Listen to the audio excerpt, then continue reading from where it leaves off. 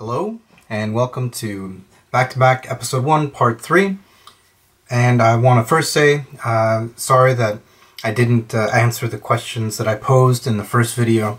I agree with Ross when he said I dodged them.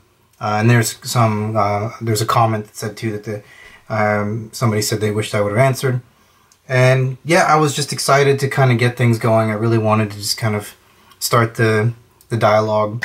And so it's not a big deal though. Ross and I, we've been still emailing back and forth, and if we want to just add, different parts to a topic or episode, we can do that. So here's part 3, where I will get into the topic of rain gear for what I use and my perspectives. Before I get into my gear, I have it here in a little pile here. I'll get into detail of what I use and why. I wanted to address a few points that Ross made that I think were very good points. It makes sense that he would want to have gear that's very specific, that has one job and does that job great. I'm actually pretty impressed with how he describes his rain gear holding up to different challenges that he's tackled there, from ice climbing to hunting and all that. So yeah, that seems like it's a really good solution to his needs. But because I have like different needs, I actually he said he doesn't like multi-purpose type gear. I actually like certain things to be multi-purpose. Of course, I do have some things that are like one job type gear, but as you'll see when I get to my rain gear, there are a few things that are very multi-purpose.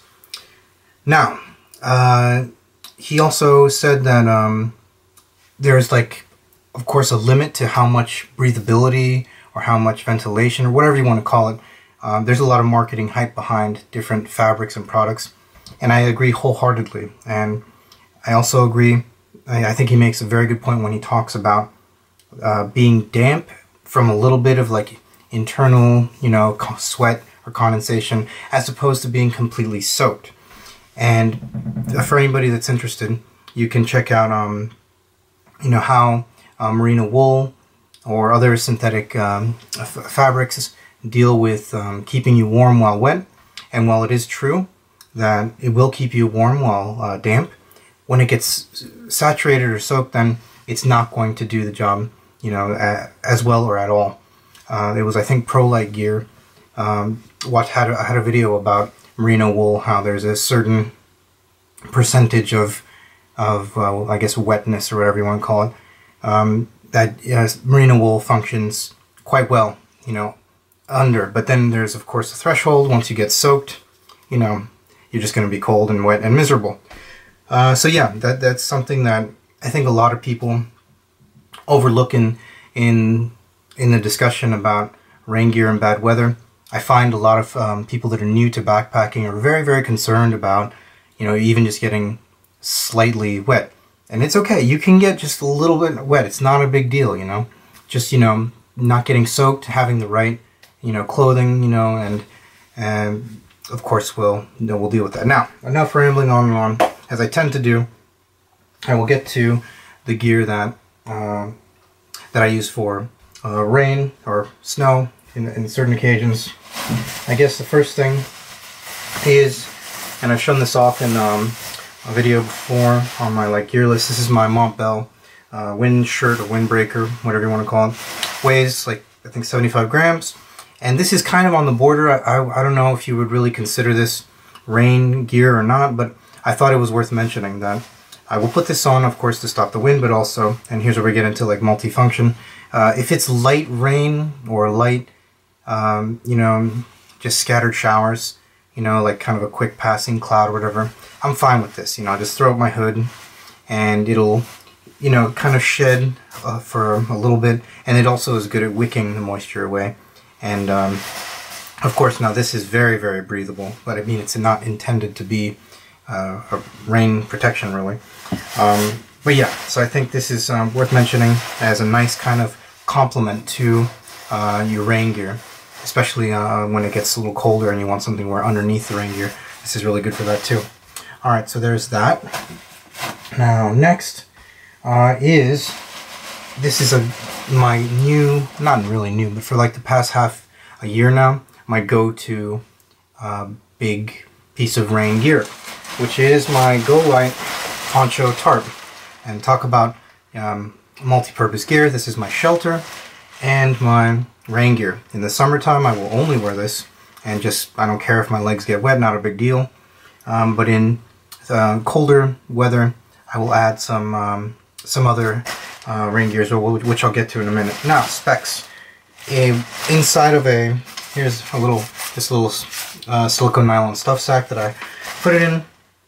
It weighs 205 grams, and all I did to modify was I put some silicone sealer on the seams. I added a new drawstring, stronger and thinner nylon cord, easier to use, and a little cord lock, because it did not come with a cord lock. I should also say too that I bought a lot of this gear used. The Windbreaker and this poncho I bought used off of forums from other backpackers. You can save a lot of money doing that. I highly recommend that for those of you that are frugal or looking to save money. This will be a topic for the future, which I think will be a very interesting discussion too. But yeah, this actually surprised me. I was very impressed with how it performed. I'm 6 foot tall, or 183 centimeters, and I didn't think that I would be able to fit inside of it as like a shelter, but sure enough, you know, I was pleasantly surprised. I set it up in my backyard in an A-frame. That's my favorite configuration for setting up a tarp, and I fit fine even with my backpack. So I took it out, and sure enough, it rained. I tested it out a few times in the rain, and it worked fine. That being said, though, about having a tarp shelter, you should also look into getting a bivy. I use a bivy as well. That's got a water-resistant, you know, top fabric. So, of course, that helps for a little spray and whatever. But yeah, I also really like the color. That's another thing I agree with Ross with, but for, I guess, different reasons. He's a hunter and he wants muted colors for hunting, and I prefer muted colors, though I have some bright colors, like my first aid kit is in a bright, you know, pouch, and then I have my ground cover is, of course, orange, just in case I need to signal in case of emergency. But generally I like muted, not only for the aesthetic, my own personal arbitrary aesthetic preferences, but I also, if there's like a big group of people, or if there's you know, stealth camping is not really as much of an issue here in Sweden where I live, because here the laws are different than, say, the United States. You can, it's much more open for backpackers and campers to go out and camp and all that.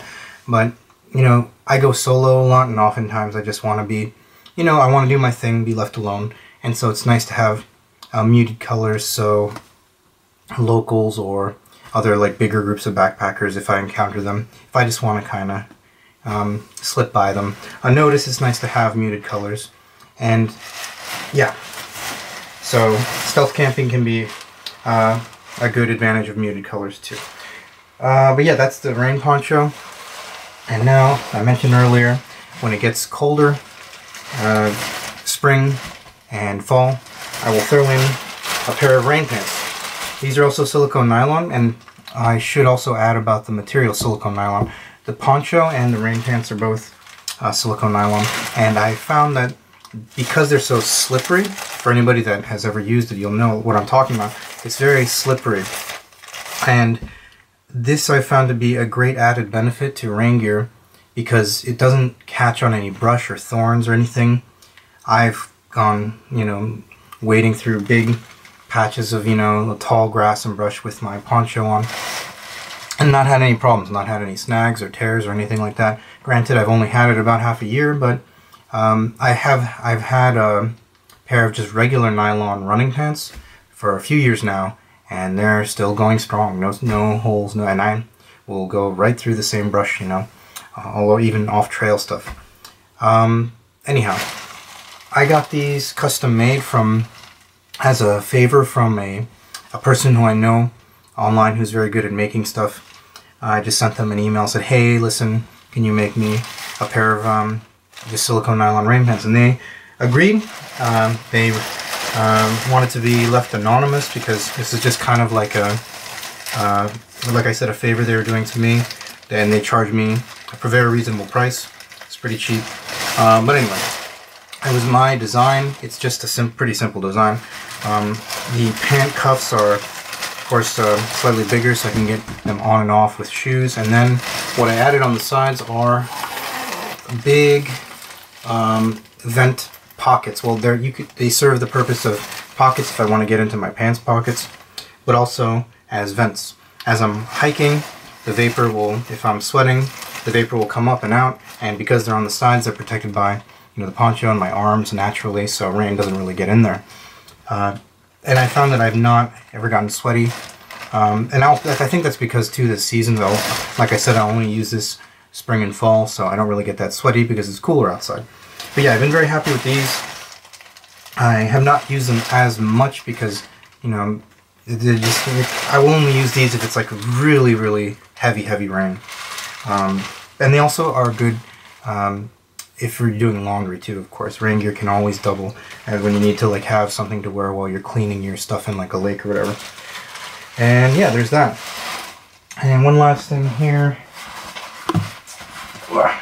As far as my go-to stuff is, these are new. I have yet to try them out, but so far my initial impressions are very positive. These are the new Z-Packs Challenger rain mitts. And they're breathable, and they're a new fabric with like a layer of event and Cuban, I believe, and then nylon on the outside, kind of sandwiched together.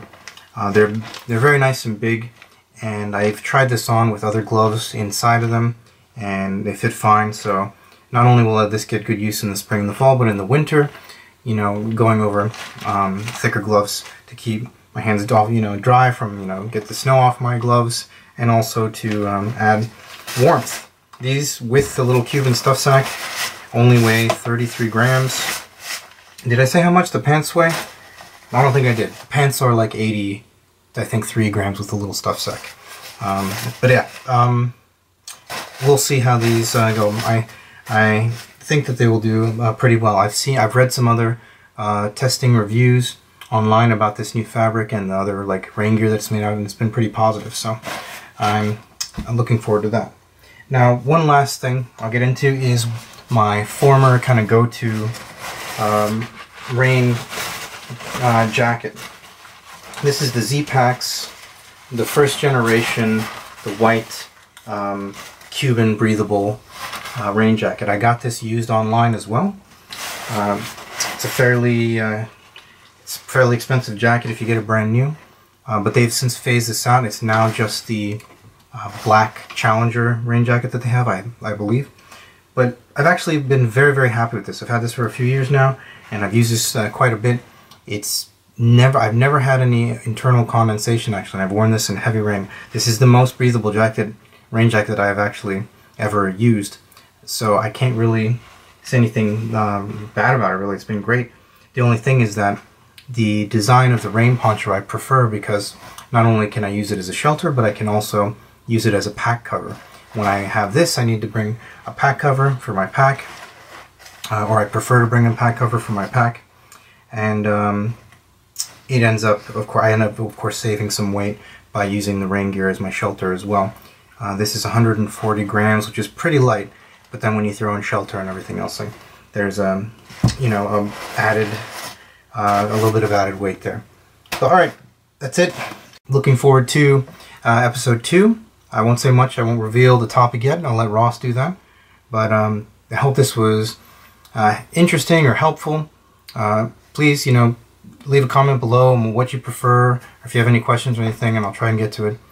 Thanks for watching, and goodbye.